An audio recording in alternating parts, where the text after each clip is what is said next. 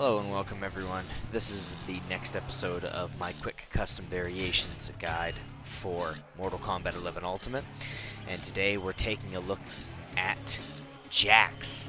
Jax being a character that I don't actually play all that much, but I've been looking into playing. I've been very interested in him because he has a playstyle that I used to play a lot, which is very mixed rushdown heavy. Jax is also a character who, when I saw the reveal for custom variations being a thing, he was in about the top 3, I would say, that I was very excited to have customs, because I feel like Jax has a lot of custom potential, as well as a lot of cool combinations, and some very strong combinations. So today I put together a single variation to take a look at, with some mentionable moves. However, that single variation will take quite a while to get into, because there's quite some in-depth things to talk about. So, might be a regular length video, even though there's only one variation. So let's jump right into it. The first thing I would like to just say is that most people like picking the extended overhead strings, where you can do, say, 4-3-3 into 1+3, and get the overhead that slaps you on the head a bunch of times. Same with forward 2, 1+3, as well as stand 2-2, 1+3, which doesn't even work right now because I don't actually have access to an overhead off of this at all right now. While I do think that those extended overheads are nice, and they do give you a meaty crushing blow that allows for a little bit of a mix-up, because, you know, oh, if I have my opponent knocked down, they don't have, you know, bar to wake up. They have to guess between throw or this 9-frame mid into overhead. And either one will crushing blow when your arm heat is filled up for a nice meaty 35% crushing blow.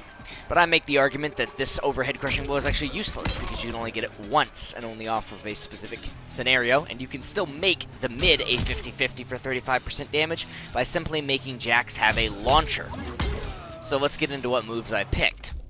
So first of all, I've picked Enhanced Outranked, which is the extended version of the Outranked string, which is stand 2-2. It allows you to have follow-ups on stand 2-2 as following: stand 2-2, 1-1, stand 2-2, 1-1, 2-2, and stand 2-2, 1-1, 2-2, 1. Which we will get into these last because there's the most to talk about with this string. Second, I gave him the Command Grab. And third, I gave him Ripped. The Command Grab should be self-explanatory. It is a 12% Command Grab unless you want to enhance it. If you do enhance it, you know, you get your crushing blow if you time every follow-up at the latest possible second that you can enhance it for a nice meaty crushing blow. You can choose to keep same side by holding back, and then if you enhance it, the opponent will be thrown to the other side. You could always keep the same side by only doing one hit, but I don't know why you'd ever just do one hit instead of doing both. And it leaves you at +14 in the opponent's face, giving fantastic Oki, especially if the opponent doesn't have wake-up options. All around, it's a fantastic combo ender. He has tick throws off of down 1 and down 1, 2. So, for example, so again, he can tick throw off of his down 1. Now, he doesn't really get any other tick throws, but we have something we've equipped to help with that. Just a little bit of a preview of what's to come later. But for now, this is mainly just used as a combo ender for us to give good damage and good Oki at the end of combos. Then we've also picked one of his 2 launchers, which is Ripped. Ripped being the overhead launcher. Now, you could use Duck and Weave for this. The only difference between the two is that Ripped will do slightly more damage and build slightly more arm heat because he's hitting the opponent twice as opposed to once. So, it's really your preference, but Duck and Weave will do less in those scenarios, and also, of course, it replaces Stiff Armed, which is your normal back forward 2, which does have a crushing blow for counter-hitting the opponent if only the second hit ends up hitting the opponent. So you are losing out on that utility. Also, I like the grab enhancement that it has, where the second hit becomes a throw. I prefer Stiff Armed, but Duck and Weave also has a lot of applications in the neutral. You can duck under some high projectiles, you can get around certain things with zoning, etc. If that fits your playstyle more, then feel free to use that as your launcher instead of Ripped, and just sacrifice Stiff Armed. For the most part, everything that I'm showing here can be done with either launcher. I picked Ripped for the extra damage and the extra arm heat build, so keep in mind that anything I'm talking about here will be accounting for a little bit higher damage and a little bit higher arm heat build off of those combos. But for the most part, everything works about the same. So, That's why we've picked these two moves in our supporting kit. This allows us to get combos, and the command grab is just a great ender, and it does have some tick throws and some mix-ups, of course, off of it. I don't remember if I mentioned this is a high command grab. You should know this if you play Jax or if you've fought a Jax. You can both duck and jump this command grab, but it's still very, very good. It's still very, very strong. So one of the main things you want to do with Jax is you want to mix up between grab and his 9-frame mid. This 9-frame mid is one of Jax's best tools. It's a fantastic button, right? And normally, if you're playing other, non-combo variations of Jax, which are very popular, what you're going to get off of this, especially the one that had the command grab before, which is the one that I played, what you're going to get is into overhead, and the overhead would beat them over the head a few times. You'd get about 15% damage, and you'd get some decent arm heat, as well as some decent Oki. But that's all you were getting for landing this 9-frame mid. In this variation, we still get all of the same mix-ups you would get off of forward 3-3. If they block forward 3-3, you could stagger it into another forward 3-3, So if they're thinking you're going to do the follow-up, go for another one. You could stagger the forward 3-3 into a grab. You could go forward 3-3 and then, do other buttons afterwards. You could try to stagger into something else, say your new enhanced outright string. And then, of course, if you think they're going to press instead of trying to flawless block, you could always go for the flawless blockable overhead instead to catch them.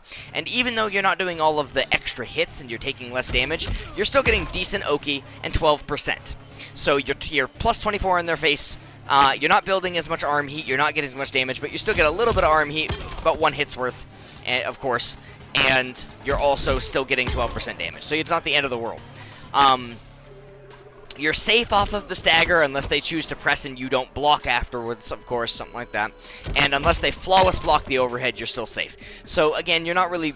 You can do all these same options you would normally do in the mix-up variation that normally has the extended overheads. Except for each time that you do forward 3-3 now, you can react, because this is hit confirmable, you can react to whether it gets hit or blocked. If it gets blocked, do any of the number of things that I just said. And if it gets hit, well... you can confirm into a full combo, which we're going to show off some combos as well. And these full combos are going to do around 30 to 34%.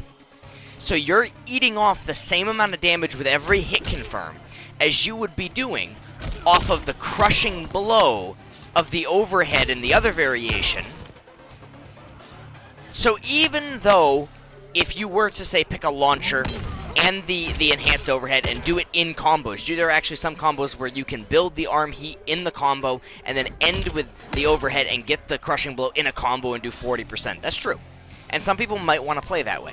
But I find that just, you don't really need this overhead crushing blow from the extended overheads at all. And instead, it's a better combination to have a launcher for your combo damage and then pick both the command grab and enhanced outranked. But maybe I haven't sold you enough on enhanced outranked. So let's talk about this string real quick. Now, the starter is nothing too, it's nothing too amazing. It's a decent ranged 11-frame high, which is pretty slow for a high. It will be kind of tricky to just land this move in the neutral.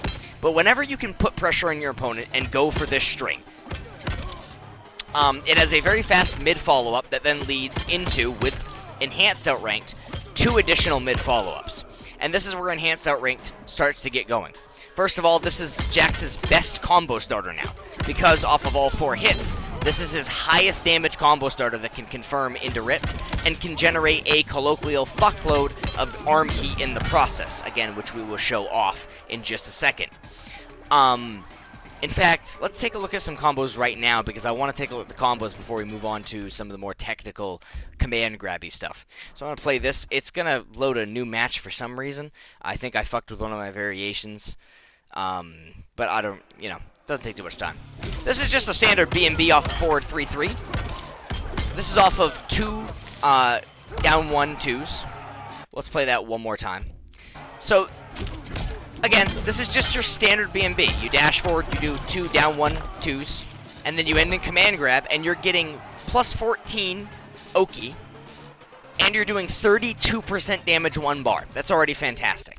There is an easier version of this combo that I will show off real quick, just because I find that these might not even be optimal. I'll note that, but I just wanted to show a second combo because I find that doing 2 of down 1-2 in a combo, since the patch is a little bit harder because they added slightly more recovery to your down ones.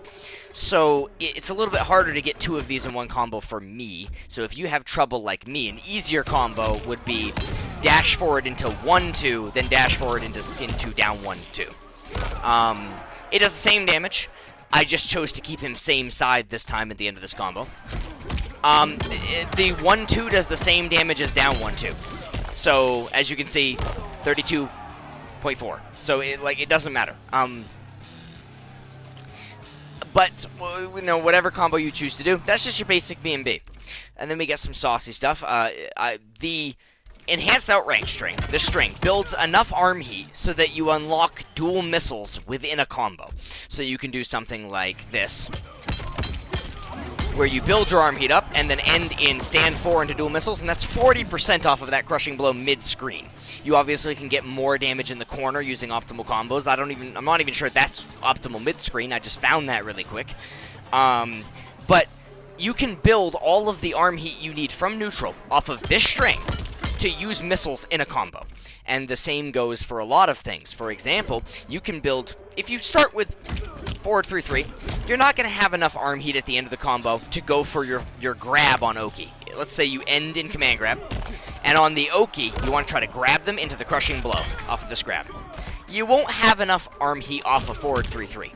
But if you manage to land a combo off of 2-2-1-1, well, now we're sitting in a different story. Now, you can build...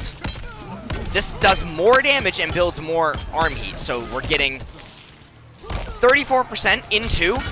That's right, on the Oki, a 32% grab crushing blow, and again, if they try to neutral duck it, you can forward 3-3 again into a full combo for 32%. And it will actually do slightly more, because keep in mind that the more arm heat you have, the more every punch will do both on hit and on block. So, for example, stand 1-2, 48 damage. And stand 1-2 now, 50 damage. So you're getting a little bit more damage for every single hit when your arms are heated up. Just keep that in mind.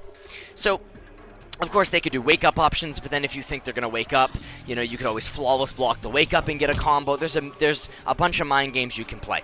This is most especially effective when they've chosen to break away from one of Jax's combos, because sure, they can break away, but then if they break away against Jax, there's no particular spot they can break away where they can get a full combo on you, and then they're in your face with you at plus, and then they have to guess grab, which his grab's throw loop. He can go for off of both forward and back throw. Jax can dash up throw, again, if I would not have fucked up the dash.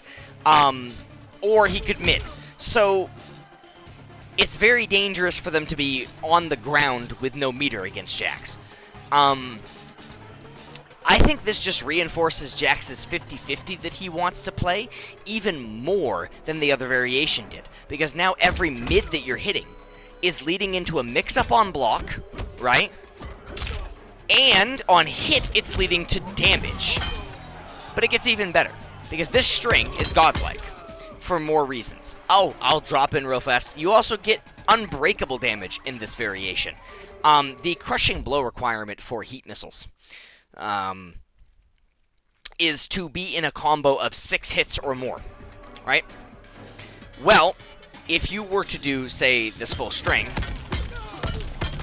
that's 6 hits at the end there, but it's 5 hits up until the point where you can combo from.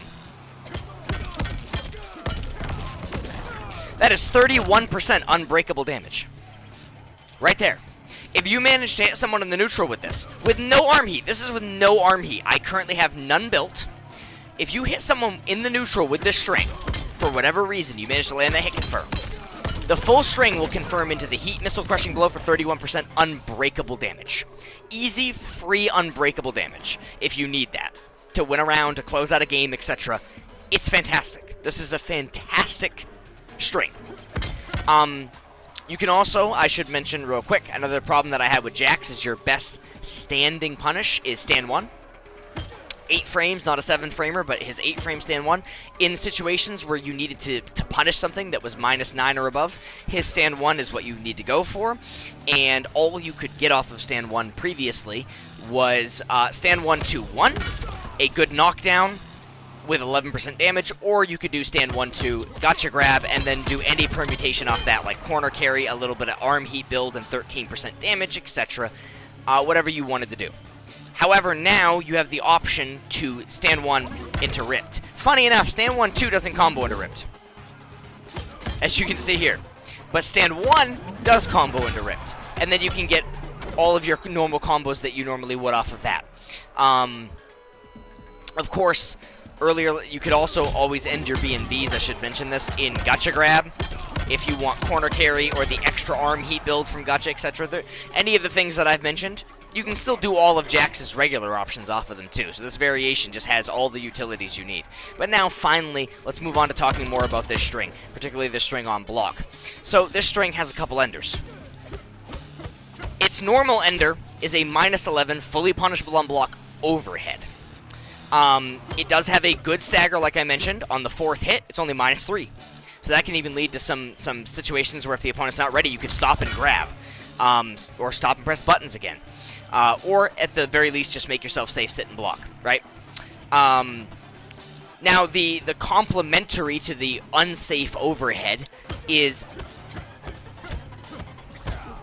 this dash punch, which is +4 on block. Now, the dash punch is a high. So if they try to neutral duck the high and punish you, they get hit by the overhead. And if they try to block the overhead by stand blocking, they will inevitably get hit by the dash punch and take the plus frames. The plus frames then lead into, if I don't fuck up the string, dash up forward 3, which then leads into all of the forward 3 mind games that you would normally get. So they get themselves put in a pretty sticky situation. On top of that, look at the chip damage that this move does on block. That is a lot of chip damage, and of course the chip increases if you have arm heat.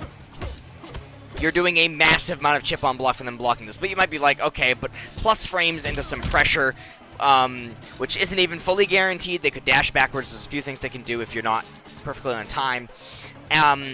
And an overhead that's fully combo punishable and only does a little bit of damage into a knockdown. That isn't that great. But this is just the end layer of the string that you would normally have. Remember, like I said, you still have a really good stagger in the middle. It's still really good for a hit confirm tool as your highest heat building and highest damage combo starter, right, that you're going to be using the neutral. It still has those properties as well. And then you add on top of it because it synergizes with the quad grab, Jax's command grab. So the 3rd hit of this string, tick throws for some reason. So every time the opponent is faced with this string, they have to worry about the 2 options at the end. They have to worry about you staggering it on the 4th hit. They have to worry about a tick throw on the 3rd hit. And this tick throw, like I said, it's a high. You can duck it, you can jump it. But here's the thing. It's followed up immediately by a mid. See that? Unreactable. So if they go to neutral duck, they're getting slapped by that last mid, and then full combo punish because it confirms into, you guessed it, Ripped. So, yeah, that's just kind of the crux of this whole thing. If they think you're going for command grab, they're going to get comboed. And sure, they might not take the most damage in the world. The combo will do about 30% or so because they're only getting hit by a small starter. But you're still going to be locking them into a combo that they have to either take damage from into Oki from the command grab at the end, or corner carry from Gotcha, etc. Or there are other choices to break away in that situation, and then they're on the floor in front of Jax with his 9-frame mid and his looping grabs with no meter to get out of those mix-ups so that they can continue to do them repeatedly. You see the issue here? So a lot of times people will just be holding block. A lot of times people right now, since the custom variations just came out, you know, about 2 weeks ago, won't even know about this tick throw. And so you just go for this on block, and then you just get free command grabs. And of course, if you don't want to spend meter, that's 12% every time into 14 frames of hit advantage. But if you do want to spend meter, you could try to attempt the perfect timing on each of the enhances, and then get the 32 to 34, whatever it is, percent crushing blow off of the command grab. And that could be a ton of unbreakable damage that they take. That could be game ending. It could be game ending in a situation, like I said, where they have to choose between a 30% combo or a 30% command grab crushing blow, if you can get it down consistently. And if they're only at 30% health left, you know, that's a game in the bag. None of this is even counting Jax's comeback potential with his fatal blow, which fully heats his arms and does about 35% damage as well. This just makes him a damage monster. It gives him fun combos to do. It gives him really strong pressure on block, and of course on wake up. It gives him insanely good mix-ups. I feel like this might be the best Jax in my opinion. Of course, there's still other things you could do. Like I said, you could use duck and weave. You could still use the extended overheads and do those in combos if you want to pair them with a launcher. You could still pick, like, maybe the parry if you want to parry people from a range and take out one of the other moves. But I really feel like having the command grab synergize with enhanced outranked is the way to go, because it's essentially a 50-50. They have to guess. And they could still guess right and make you eat some damage if you commit to something and guess wrong. But that's the nature of playing a 50-50 character. That's the nature of playing a rushdown character like this. Is sometimes you got to make these choices. And the point is that Jax has a ton of safety still. He can still just do this, stagger it, and be safe. You know? And if the final hit hits the opponent and you didn't want to commit to a launcher, you're still hit advantage 7, right? So, I mean, if they only get hit by one hit, you just put them into 4 or 3 pressure afterwards. He can still take safety off of it. You have options. You have creativity with the things that you want to do mid-match. You can choose to go different routes with it. And it's all about conditioning your opponent, finding their weaknesses, finding what's going to work, and then cashing out on your big damage when it matters. Cashing out on your crushing blows, your unbreakable damage, etc. when it matters. Capitalizing on when they choose to break away. If they're not choosing to break, capitalize on, you know, playing around their wake-ups, etc. I really think this is a strong and fun variation of Jax to play. And I think other people will have a ton of fun playing him as well. That pretty much concludes the overview of the moves. I don't want to go, like, super in-depth. I already have gone pretty in-depth here into both the character and his moves, and I'm just talking about custom guides that are supposed to be quick. But I feel like Jax just has a lot of potential. His customs are a ton of fun. Any combination of moves you find, no matter what you want to use, that's great for you. Everybody get out there, maybe tell me what your Jax custom variations are in the comments below. Maybe tell me some combos you've come up with, some interesting combinations of launchers, or maybe some interesting setups. I want to hear it all. I love the creativity the game has been given through custom variations, so I'd love to hear about it. But that's going to wrap up Jax. Stay tuned for more quick custom variation guides, and I'll see you guys next time. Alright guys, I'm just recording a quick ender to my Jax video because I actually forgot a couple pieces of information that might be relevant. The video is already pretty long, but I feel like these are relevant to throw in there. The first thing is related to the safety that I mentioned off of stand 2-2-1-1 particularly. So I mentioned that this is safe to stagger, it's only -3, but in case you're afraid, you're afraid the opponent might pressure you, or you're afraid, yeah, you know, that they're gonna duck command, like, you don't want to take any risks. I mentioned you not wanting to take risks. Another way you cannot take risks, it's actually used in other Jax situations as well, like 4 and 3. You can always do heat missiles on block to back yourself up a far bit away and be completely safe. It's not as far as off of stand 3, depending on when you do it, but you can do it off of like this. See, and you're back here, -8. You're not really getting punished for that. You can also do it off of not the ender, but the 5th hit. I don't know why I hit R1 there, but you can also do it off the 5th hit, like this. You're pretty far away, -8. This is a way to back yourself off if you ever have heat going into, let's say you comboed your opponent a little bit and then you go into a string. I just wanted to mention it because it's another option. It's off of any of Jax's strings, and this is actually Jax tech off of like 4 or 3, for example.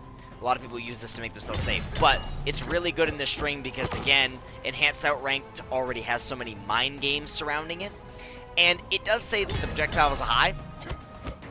However, the opponent, they're jailed into it. They can't neutral duck if they've already blocked a mid before it, or just in general blocked before it. It doesn't have to be a mid, but if they block something before it, they can't actually duck the high. If they try to duck it, they'll get hit. It's the type. It's one of those types of highs like Johnny's force balls, where if you block something before it, you're jailed into the hit stun or the block stun. So you can't actually duck this when it's in a string, even though it says high. It's a high for the purpose of zoning. When he's back here, this would be a high you can duck. But yeah, on block you can use it as if it was a mid. So don't worry about that. But yeah, the second thing I wanted to mention is I actually forgot. There is a second tick throw in this string. That's right, there's 2 tick throws. Not only is there a tick throw on the 3rd hit, like we talked about, but there's also a tick throw on the 5th hit before the overhead.